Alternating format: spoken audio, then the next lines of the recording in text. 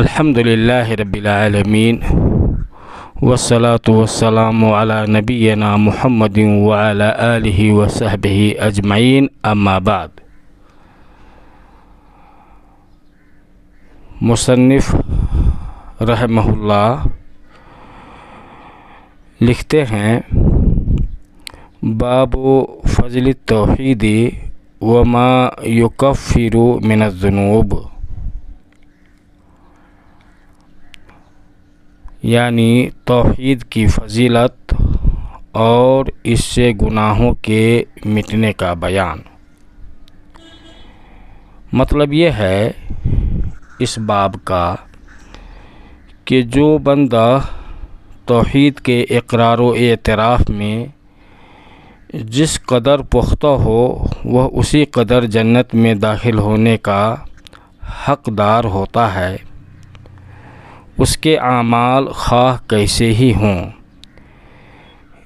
اسی لیے امام محمد بن عبد الوہاب رحمہ اللہ نے سورۃ الانعام کی یہ آیت بیان کی ہے اس باب کے تحت میں، الذین آمنوا ولم یلبسوا ایمانہم بظلم اولئک لہم الامن وہم مہتدون۔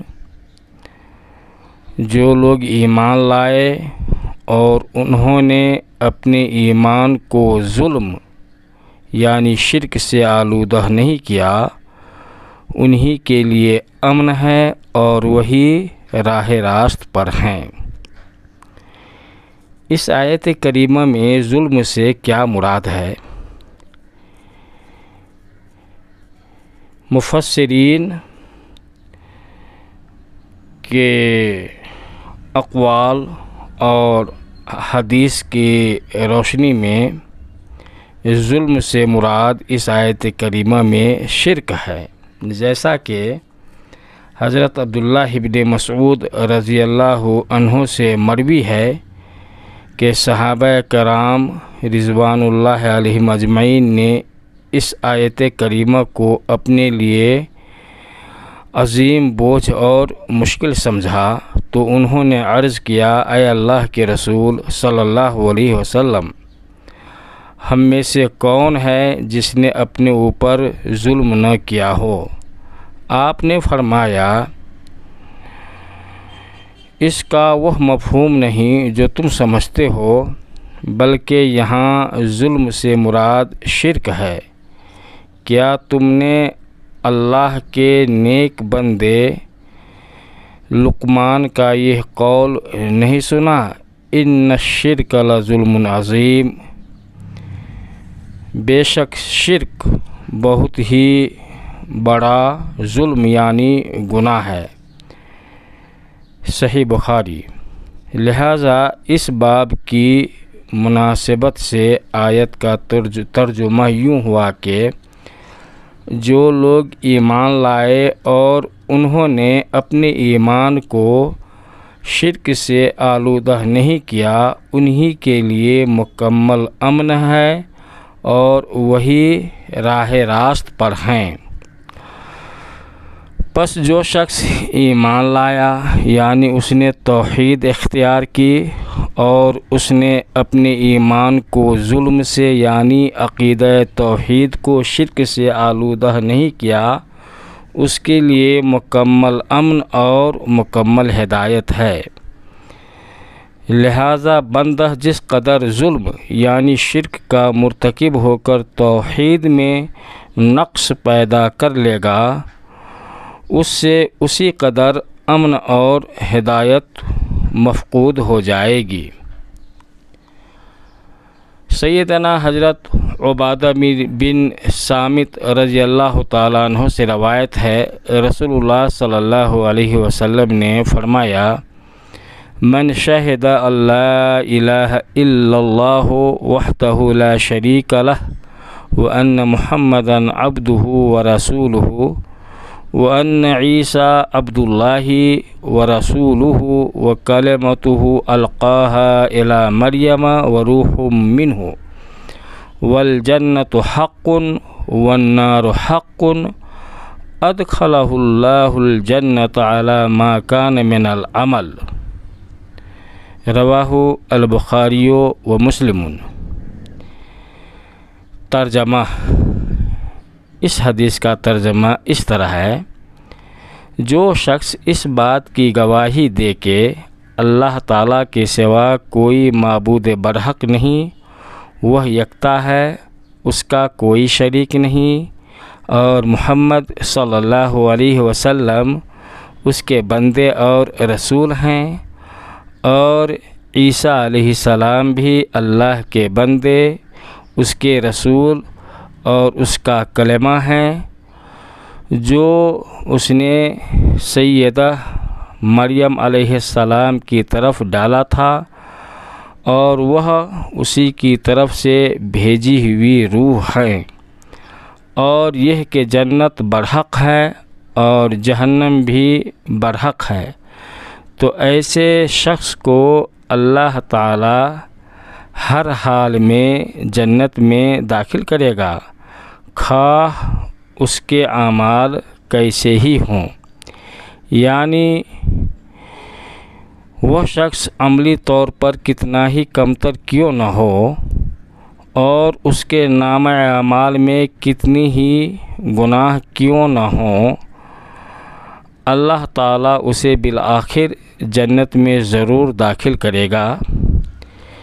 یہ اہل توحید کے لیے توحید کے ثمرات میں سے ایک ثمرہ ہے، اور صحیحین میں ہی حضرت عتبان رضی اللہ تعالی عنہ سے روایت ہے کہ رسول اللہ صلی اللہ علیہ وسلم نے فرمایا: فإن اللہ حرم علی النار من قال لا الہ الا اللہ یبتغی بذلک وجہ اللہ، رواہ البخاری و مسلم۔ یعنی جو شخص محض رضائے الہی کی نیت سے لا الہ الا اللہ کا اقرار کرے، اللہ تعالیٰ اس پر دوزخ حرام کر دیتا ہے۔ یہی جملہ لا الہ الا اللہ کلمہ توحید ہے۔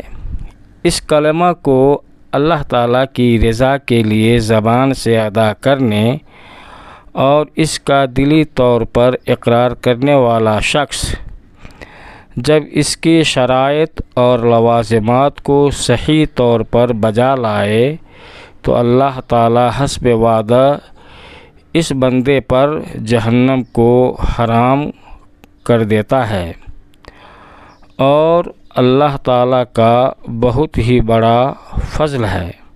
البتہ جو شخص توحید کا اقرار کرے اور شرک سے بچ کر رہے مگر بتقاضائے بشریت اس سے بعض گناہ بھی سرزد ہو گئے ہوں اور وہ توبہ کیے بغیر فوت ہو جائے، تو اس کا معاملہ اللہ تعالیٰ کے سپرد ہے۔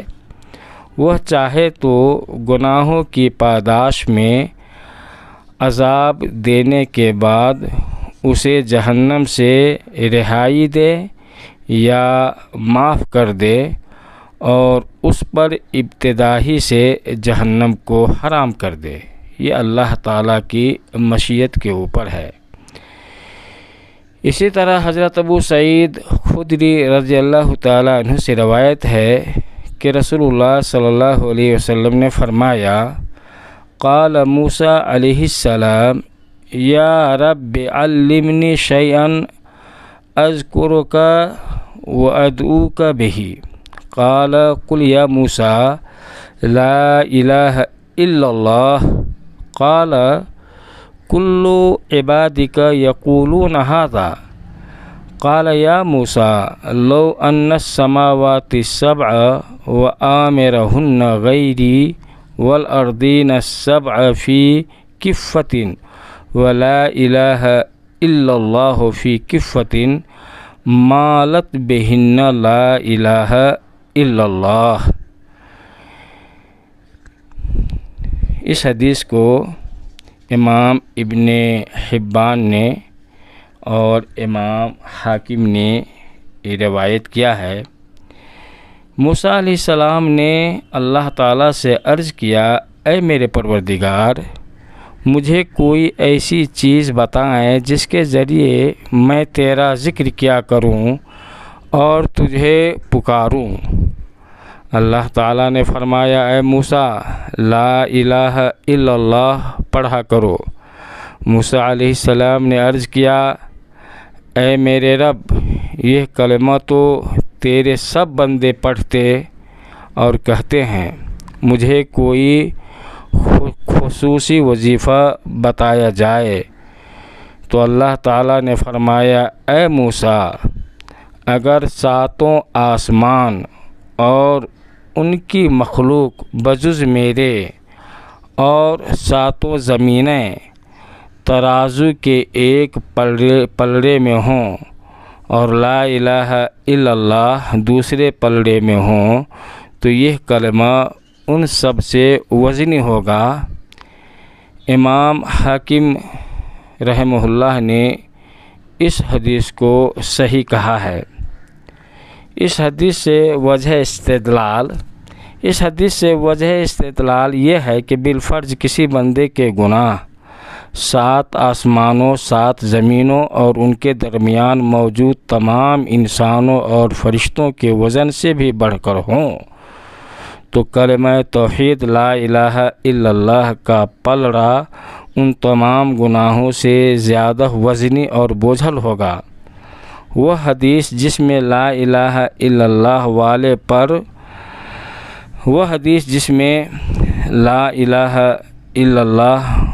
پر گناہوں کے طویل و عریض دفاتر سے زیادہ ہونے کا تذکرہ ہے، اور پیش نظر باب میں مذکور حدیث حضرت انس رضی اللہ تعالی عنہ سے بھی اسی مفہوم پر دلالت کرتی ہیں۔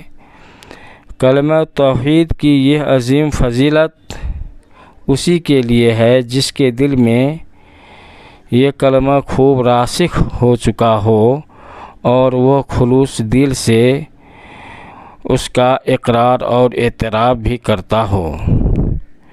اس کلمے کے تقاضوں کو اچھی طرح جاننے، سمجھنے اور ان کی تصدیق کے ساتھ ساتھ ان کا دلی طور پر اعتقاد بھی رکھتا ہو اور اسے اس کے تقاضوں سے ایسی ہی دلی محبت ہو کہ اس کا حقیقی اثر اور اس کا نور اس کے قلب پر خوب اثر انداز بھی ہو۔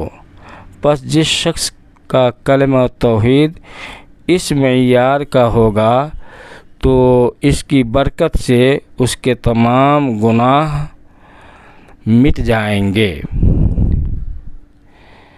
اور اللہ تعالی نے فرمایا ہے، حدیث قدسی ہے، قال اللہ تعالی یا ابن آدم لو اتیتنی بقراب الارض خطایا ثم لقیتنی لا تشرک بی شیئا لاتیتک بقرابها مغفرۃ، رواہ الترمذی۔ اللہ تعالیٰ فرماتے ہیں، اے ابن آدم، اگر تو میرے پاس زمین بھر گناہ کر کے آئے، پھر تو اس حال میں مجھ سے ملے کہ تو میرے ساتھ کسی بھی چیز کو شریک نہ ٹھہراتا ہو، تو میں اسی قدر مغفرت و بخشش لے کر تیرے پاس آؤں گا۔ مؤلف رحمہ اللہ نے مذکورہ آیات اور احادیث سے چند مسائل استنباط کیے ہیں جو اس طرح ہیں۔ ان احادیث سے معلوم ہوا کہ اللہ تعالیٰ کا فضل بہت ہی وسیع ہے۔ نمبر 2، اللہ تعالیٰ کے ہاں توحید کا ثواب بہت ہی زیادہ ہے۔ نمبر 3، توحید کا عقیدہ ثواب کے ساتھ ساتھ گناہوں کا بھی کفارہ ہے۔ نمبر 4، سورۃ الانعام کی آیت 83 کی تفسیر بھی واضح ہوئی کہ اس میں ظلم سے مراد شرک ہے۔ نمبر 5، حدیث عبادہ بن الصامت میں جو 5 امور مذکور ہیں ان پر غور کیا جائے کہ ان میں سر فہرست شرک نہ کرنا ہے۔ حدیث عبادہ، حدیث عتبان اور اس کے بعد والی مذکورہ احادیث کو جمع کیا جائے تو کلمہ توحید لا الہ الا اللہ کا مفہوم مزید نکھر کر سامنے آتا ہے، اور جو لوگ اس دھوکے میں مبتلا ہیں کہ محض زبان سے کلمہ توحید کا اقرار نجات کے لیے کافی ہے، ان کی غلطی بھی واضح ہو جاتی ہے۔ نمبر 7، حدیث عتبان میں مذکورہ شرط بھی قابل توجہ ہے کہ کلمہ گو نے اللہ تعالیٰ کی رضا کے لیے کلمہ پڑھا ہو۔ نمبر 8، انبیاء کرام علیہم السلام بھی اس کلمہ کی اہمیت و فضیلت کو جاننے کے محتاج تھے۔ نمبر 9، یہ امر بھی قابل غور ہے کہ اگرچہ لا الہ الا اللہ تمام آسمانوں اور زمینوں سے وزنی ہے، اس کے باوجود بہت سے کلمہ گو لوگوں کے پلڑے ہلکے ہوں گے۔ بہت سے کلمہ گو لوگ ایسے ہیں کہ ان کے پلڑے ہلکے ہوں گے۔ اور نمبر 10، یہ بھی صراحت ہے کہ آسمانوں کی طرح زمینیں بھی 7 ہیں۔ نمبر 11، آسمانوں اور زمینوں میں اللہ تعالیٰ کی مخلوق آباد ہے۔ نمبر 12، اللہ تعالیٰ کی بہت سی صفات ہیں، جبکہ فرقہ اشاعرہ اللہ تعالیٰ کی بعض صفات کا انکار کرتے ہیں۔ نمبر 13، حدیث انس پر غور کریں تو سمجھ میں آتا ہے کہ حدیث عتبان، جو شخص محض رضائے الہی کی خاطر کلمہ لا الہ الا اللہ کا اقرار کرے تو اللہ تعالیٰ اس پر جہنم حرام کر دیتا ہے، سے مراد شرک کو کلیتاً چھوڑ دینا ہے۔ محض زبان سے کلمہ پڑھ لینا نجات کے لیے کافی نہیں۔ نمبر 14، حضرت محمد صلی اللہ علیہ وسلم اور حضرت عیسیٰ علیہ السلام دونوں اللہ کے بندے اور رسول ہیں۔ نمبر 15، ہر چیز اللہ تعالیٰ کے حکم سے پیدا ہونے کی بنا پر اس کا کلمہ ہے، تاہم یہاں خصوصی طور پر عیسیٰ علیہ السلام کو اللہ تعالیٰ کا کلمہ کہا گیا ہے۔ نمبر 16، حضرت عیسیٰ علیہ السلام کو خصوصی طور پر اللہ کی روح کہا گیا ہے۔ نمبر 17، ان احادیث سے جنت اور جہنم پر ایمان لانے کی اہمیت اور فضیلت بھی معلوم ہوئی۔ نمبر 18، اس تفصیل سے حدیث عبادہ میں علی ما کان من العمل، خواہ اس کے اعمال کیسے ہی ہوں کا مفہوم بھی متعین ہو جاتا ہے کہ جنت میں جانے کے لیے صاحب توحید یعنی موحد ہونا شرط ہے۔ نمبر 19، روز قیامت اعمال کا وزن کرنے کے لیے جو ترازو رکھی جائے گی اس کے بھی 2 پلڑے ہوں گے۔ نمبر 20، حدیث میں اللہ تعالیٰ کے لیے وجہن کا لفظ استعمال ہوا ہے جس کا معنی چہرہ ہے، یعنی اللہ تعالیٰ کی اس صفت چہرہ پر ایمان لانا بھی ضروری ہے۔ البتہ لیس کمثلہ شیء، اس جیسی کوئی چیز نہیں کی روح سے ہم اس کی کیفیت سمجھنے اور بیان کرنے سے قاصر ہیں۔ وصلی اللہ وسلم وبارک علی نبینا محمد وعلی آلہ وصحبہ اجمعین۔ والسلام